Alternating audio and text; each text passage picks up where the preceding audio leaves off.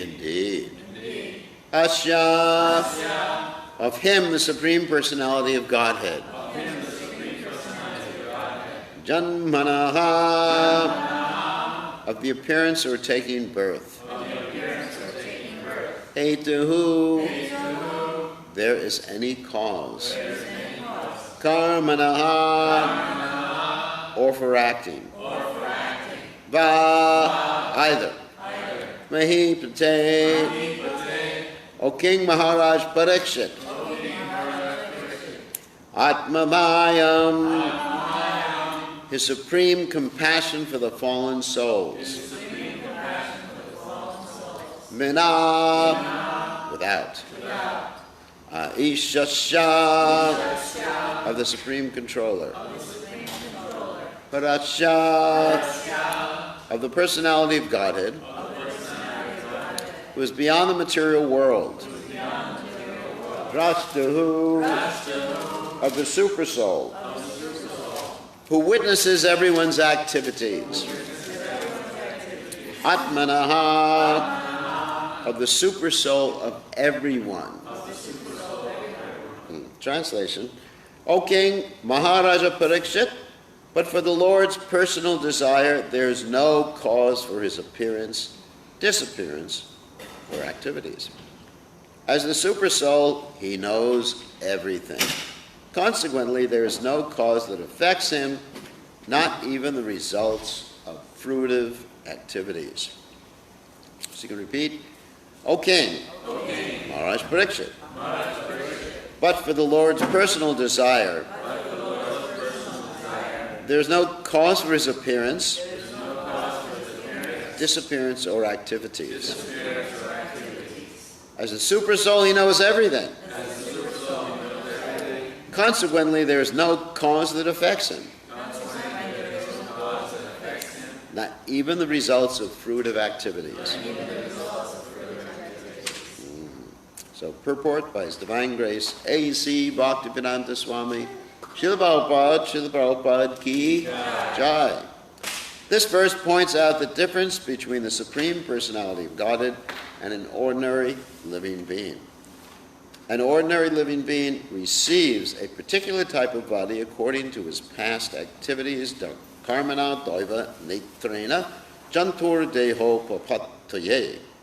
A living being is never independent and can never appear independently.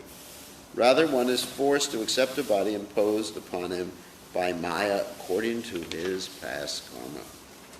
As explained in Bhagavad Gita in the 18th chapter, text 61, Yantra Rudhani Maya. The body is a kind of machine created and offered to the living entity by the material energy under the direction of the Supreme Personality of Godhead. Therefore, the living entity must accept a particular type of body awarded to him by Maya, the material energy, according to his karma. One cannot independently say, give me a body like this, or give me a body like that. One must accept whatever body is offered by the material energy. This is the position of the ordinary living entity. When Krishna descends, however, he does so out of his merciful compassion for the fallen souls. As the Lord says in Bhagavad Gita in the 4th chapter, text 8, Puratranaya sadunam vinashaya cha dushkritam dharma samsthapanartaya sambhavami yuge yuge. To deliver the pious and to annihilate the miscreants, as well as to re-establish the principles of religion, I advent myself millennium after millennium. The Supreme Lord is not forced to appear. Indeed, no one can subject him to force, for he is the Supreme Personality of Godhead. Everyone is under his control, and he is not under the control of anyone else. Foolish people who, because of a poor fund of knowledge, think that one can equal Krishna or become Krishna are condemned in every way. No one can equal or surpass Krishna, who is therefore described as asa mordva. According to the Vishwakosha dictionary, the word Maya is used in the sense of false pride and also in the sense of compassion. For an ordinary living being, The body in which he appears is his punishment. As the Lord says in Bhagavad Gita in the 7th chapter, text 14, Daivi yesha guna mayi mama maya durachya. This divine energy of mine, consisting of 3 modes of material nature, is difficult to overcome. But when Krishna comes, the word Maya refers to his compassion or mercy upon the devotees and fallen souls. By his potency, the Lord can deliver everyone, whether sinful or pious.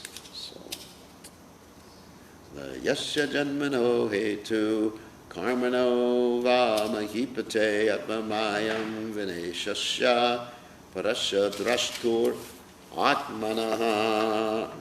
So,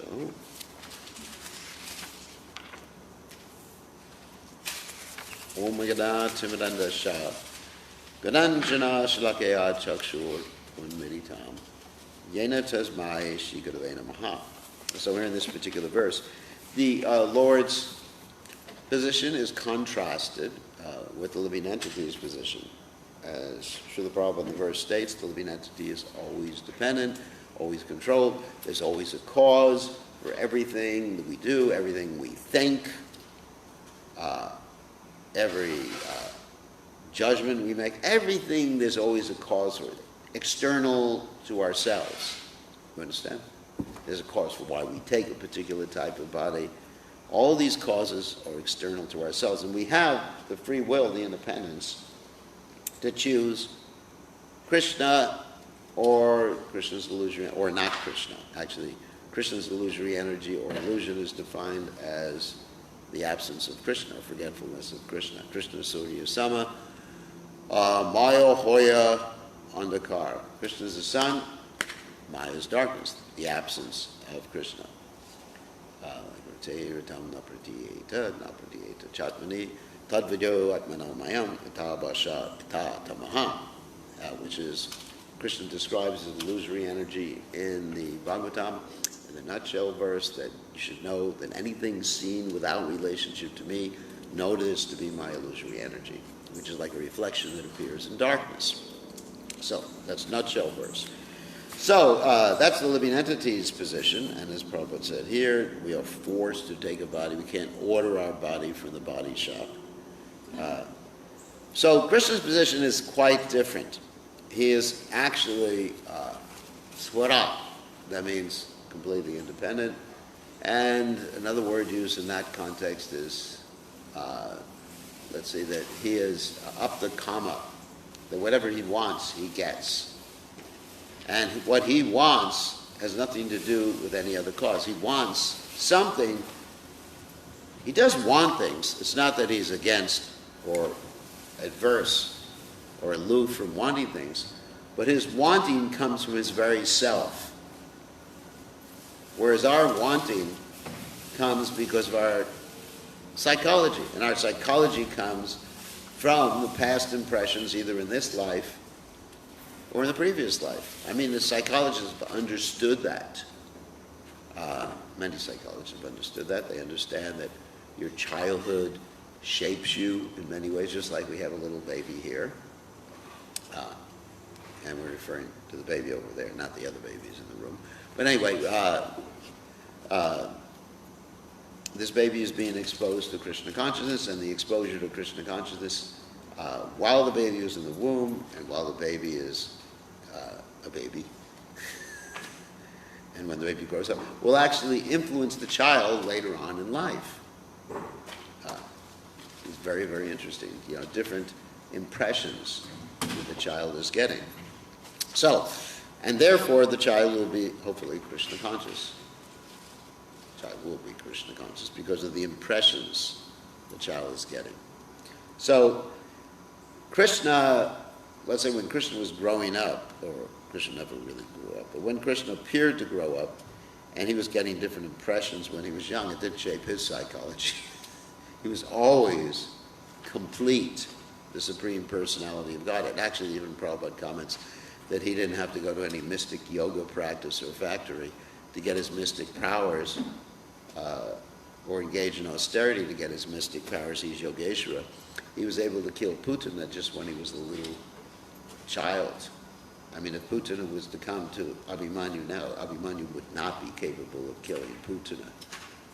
So therefore the parents have to protect Abhimanyu from Putanas. Anyway, there may be so many Putanas in this world.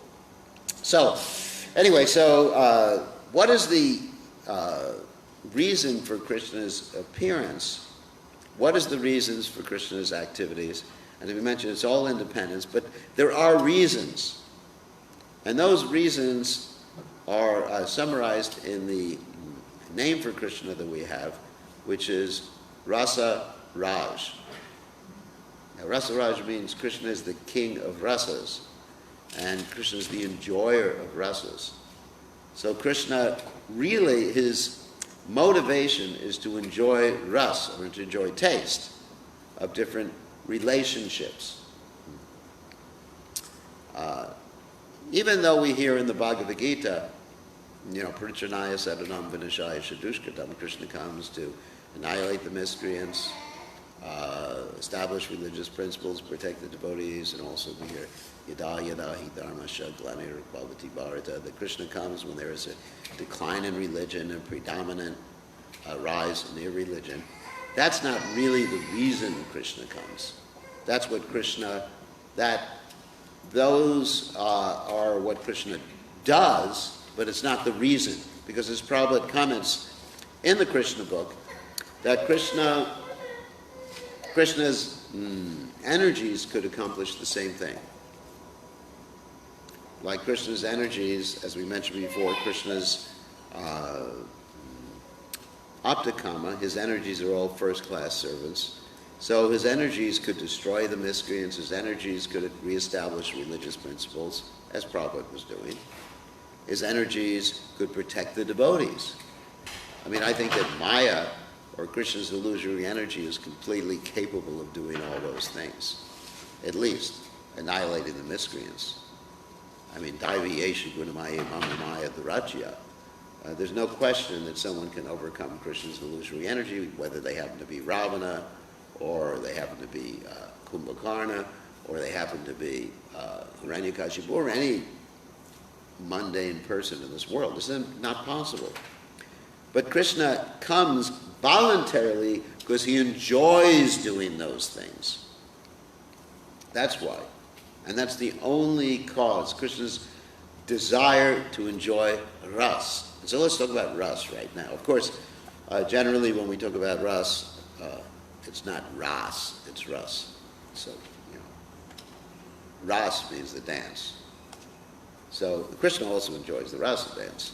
But when Krishna comes or enjoys ras, we generally think about the 5 different rasas. The Shanta ras, Dasha ras, Sakti ras, Vatsalya ras, and Madhurya ras. But really, to get into Krishna's psychology, as far as Krishna coming down to the material world, we should examine the indirect rasas, or what we call the secondary rasas. The 7 secondary rasas. And then we can really see why Krishna comes to the material world. I mean, particularly, let's concentrate on this indirect rasa of compassion. So Krishna comes to the material world. One reason, we're going to give all the indirect rasas actually give the reasons for Krishna's psychologically coming to the material world. The Bhagavad Gita describes what Krishna does, and the rasa analysis describes why. You understand that? But, Parichanaya Sananam Vinashaya Shadushkatam is what Krishna does. But why does he do it? Not because he has to. Is described in the rasa theology. So let's talk about the rasa of compassion. Like, what is compassion anyway? Compassion is that one feels pain over another person's suffering.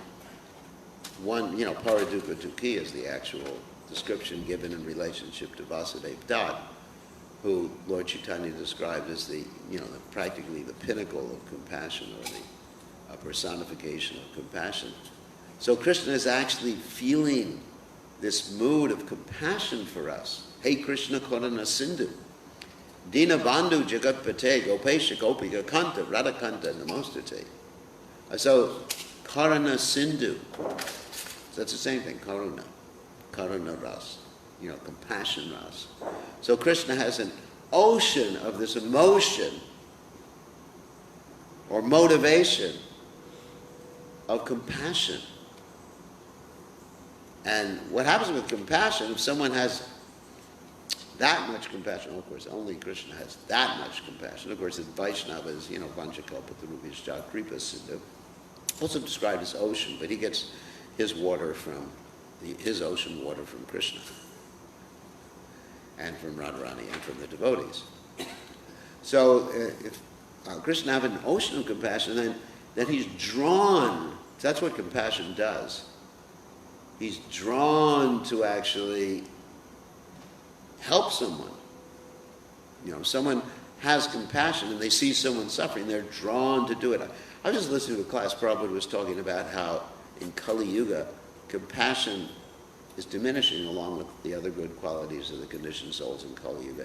He said previously, if someone, let's say, had some injury or something on the street, people would rush out to help the person. And Prabhupada was saying nowadays, of course he was referring, this talk was given in New York. I think it was right after there was a whole bunch of people who watched someone get attacked on the street and they were sitting in their apartments. And Prabhupada said nowadays, people are not like drawn by that compassion anymore. But Krishna is impelled, his emotions, it's not that he's forced by the material energy, but his emotions, I wouldn't say they force him, but he's enjoying that mood of compassion, because that's actually very enjoyable. Actually, that even in the material world, it's actually more enjoyable to help other people than to enjoy yourself. Like if you're feeding people prasadam, sometimes in the Sunday feast, the devotees all line up to take prasadam first. But actually, it's more enjoyable. I mean, if you look at the faces of the devotees who are serving prasadam, the whole lineup there, they're having more fun than the people who are eating. Although, you wouldn't think so. But actually, compassion is actually more enjoyable than bhog, or enjoyment. Just like gross sense gratification. So Krishna has this compassion, and he's enjoying. In other words, the compassion is impelled by Krishna's love. Like in the Brihad Bhagavatamrita, you find Krishna talking to Gopakumar, who became Sarupa as original spiritual identity. And he says, I was just wondering, when is he coming back to me? And therefore I became his spiritual master. Krishna describes this. And Krishna faints when Gopakumar actually comes back to him in the spiritual world. So that's motivation. Talking about God's motivation, compassion. So anyway, we're talking about the indirect rasas. And other indirect rasas, that's an easy one to describe, are another thing that Krishna likes to enjoy is anger. Just like you see sometimes people like to join the army, right? Or Marines, sorry. They like to join the Marines because they want to enjoy it. Boom, boom, boom, boom. Or they play video games, all these video games, these violent video games. And of course, this is all in the mode of ignorance in the material world and passion. When one thinks, anger, and anger is actually very destructive in the material world. But in the Supreme Personality of Godhead psychology, this is pristine, it is pure, it is relishable by the Supreme Lord. And even, of course, even the devotees, when they're engaged in Krishna's service, like Arjuna, was certainly feeling anger towards the enemies in the battle of Kurukshetra. It was relishable to us. It's not something that was simply mundane. So this anger, the spiritual anger, Krishna enjoys it. So he appears as Nrsimha Bhagavan. Or in other incarnations, Krishna's fighting. Of course, Krishna and Dwarka was engaged in fighting the demons. And so many other instances, battle of Kurukshetra, etc. So, and Krishna was getting angry. He was enjoying getting angry at grandfather Bhishma as he was rushing towards grandfather Bhishma. What are you trying to kill my devotee for? With a chariot wheel. So Krishna enjoys that. So that's another aspect of Krishna's motivation. And then another indirect rasa. It's really interesting, these indirect rasa, how they describe Krishna's motivation. Then there's adbhuta, or wonder, right? So, I mean, there's an instance of this in Krishna's pastimes when the coward boys marched into the mouth of the Aghasura demon. Krishna was wondering, oh my God. You know, he was wondering. So he's enjoying that. Obviously he's God. And nothing's really, I mean, if he just always remembers he's God, nothing's so wonderful for him. And from his perspective. From our perspective, everything's wonderful. Just like I was recently in a farm community, I was looking up in the sky, and it's nice, but it's not like here, there's so many lights and everything like that, and by Gopal's mercy, there's more lights, you can't even see the sky anymore. So I was looking at the sky and I was thinking, oh, this is wonderful. So, I mean, Krishna, it's not that Krishna looks up in the sky and sees it's wonderful, it's Krishna created it. There's nothing wonderful for Krishna from his perspective. But under the influence of Yogamaya, he voluntarily puts himself, forgetting his position as the Supreme Personality of Godhead, and watches the coward boys march into the Aghasura demon. And he thinks, oh my God, this is wonderful. Or, you know, so Krishna's enjoying this wonder, and at the same time, he's enjoying fear, you know, dread, which is the same thing as fear. Oh my God, oh my God, Krishna's saying, what's going to happen to these coward boys, my friends? You know, there's an instance where Krishna is, you know, fearful for their safety. Krishna doesn't have to feel fear. I mean, if you're God, I mean, what are you afraid of? You simply desire, like we described Krishna's aptakama, you simply desire that someone die and they die. I mean, that would be nice to have, I mean, not that I want people to die, but let's see, if I said, wouldn't that be nice, you know, aptakama, we don't have to worry about collecting money in the temple. I simply desire there's a big temple. Poof, it's there. I simply desire there's money. Poof, it's there. Of course, that would make me pretty lazy. I'd sit around all day long desiring things, and I wouldn't do anything. So, actually, that's why Prabhupada said his spiritual master, Bhaktisiddhanta Saraswati Thakur, kept the temples in debt so that people would go out and preach. Otherwise, if there's too much money, the people get lazy, complacent, like that. So anyway, so Krishna is feeling this dread, and he enjoys that. I mean, just like yesterday, last weekend, I'm just seeing how the conditioned souls sometimes like to experience fear. It wasn't me. But I was walking by an amusement park in New Orleans, taking my daily walk, and there's this roller coaster there. You know, roller coaster? And so the people were going on the roller coasters, going up, and then going down, they were screaming. I was watching the whole thing, you know, every time it went down, they're going, ah! The women, at least. The men were acting brave. Anyways, so they were enjoying this fear. So Krishna also, I mean, anything that of course, that's all nonsense in the material world, that people enjoy fear. But anything that we enjoy, or we think we enjoy, is there in its original state in the Supreme Personality of Godhead. Aham sarvasya prabho matak sarvam pavartate. Everything comes from him.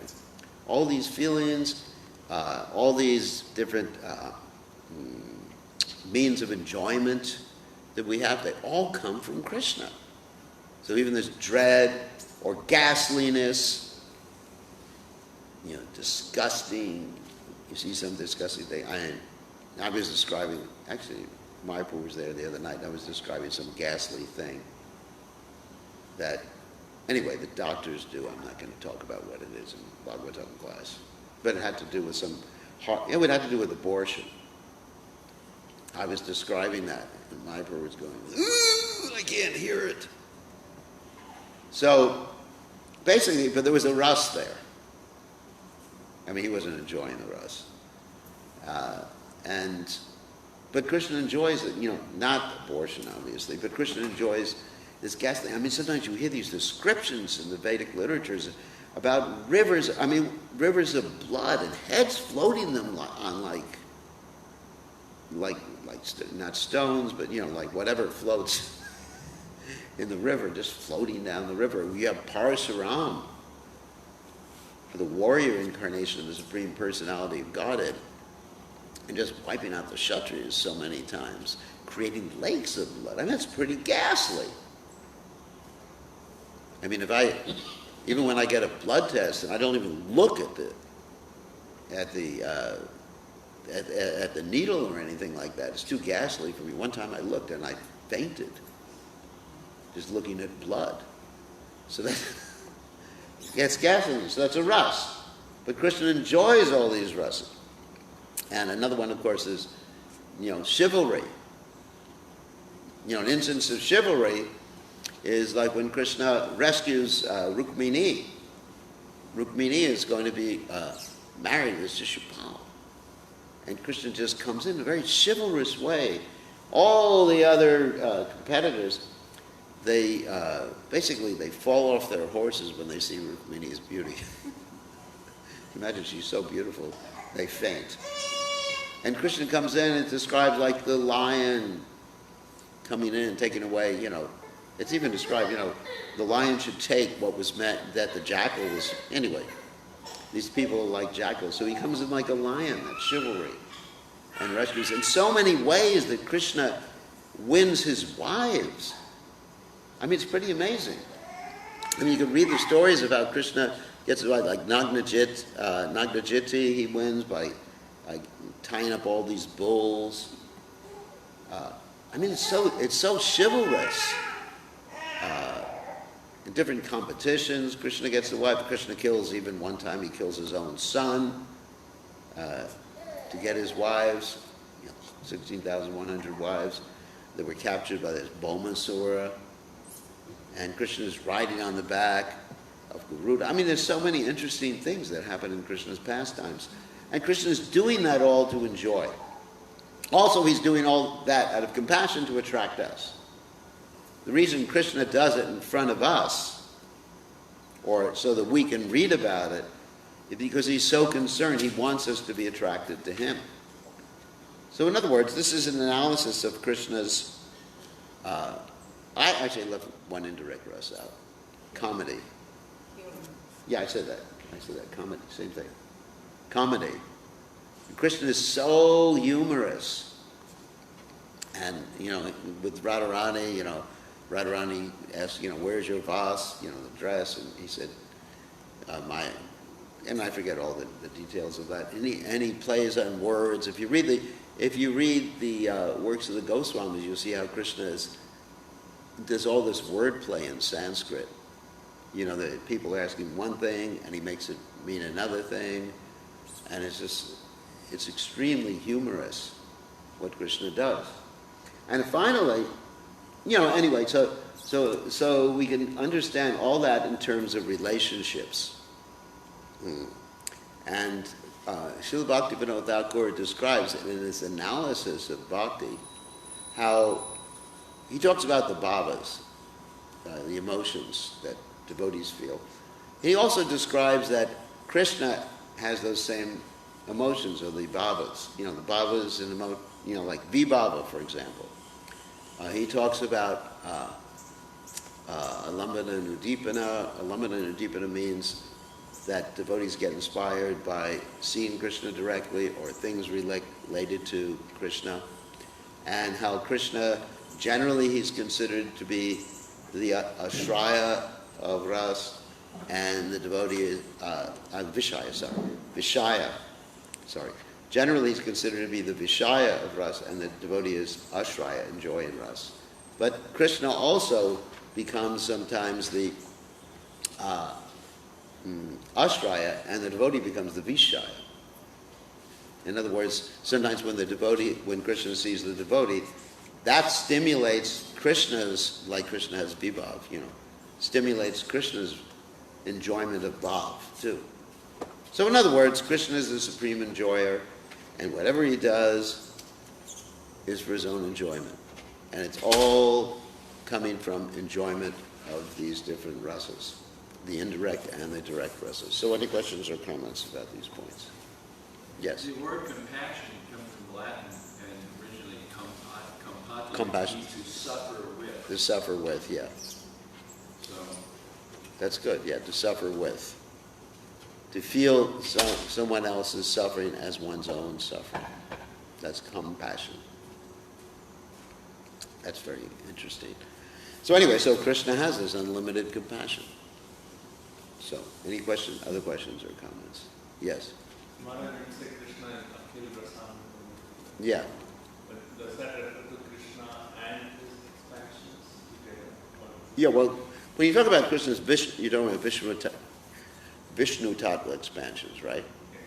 Yeah, Krishna's Vishnu Tattva expansions are all the same as Krishna. There's no difference. Advaita, Chuta, Anadira, Natarupa, Madhyam, Purana Purusham, Navayovanam Cha. That they're all the same, it's just that Krishna is exhibiting a different mood in his various expansions. And Prabhupada gives the example, and I'm sure you've all heard it before, how when a man is in his office, he exhibits certain aspects to his personality. When he goes home, he exhibits more aspects to his personality.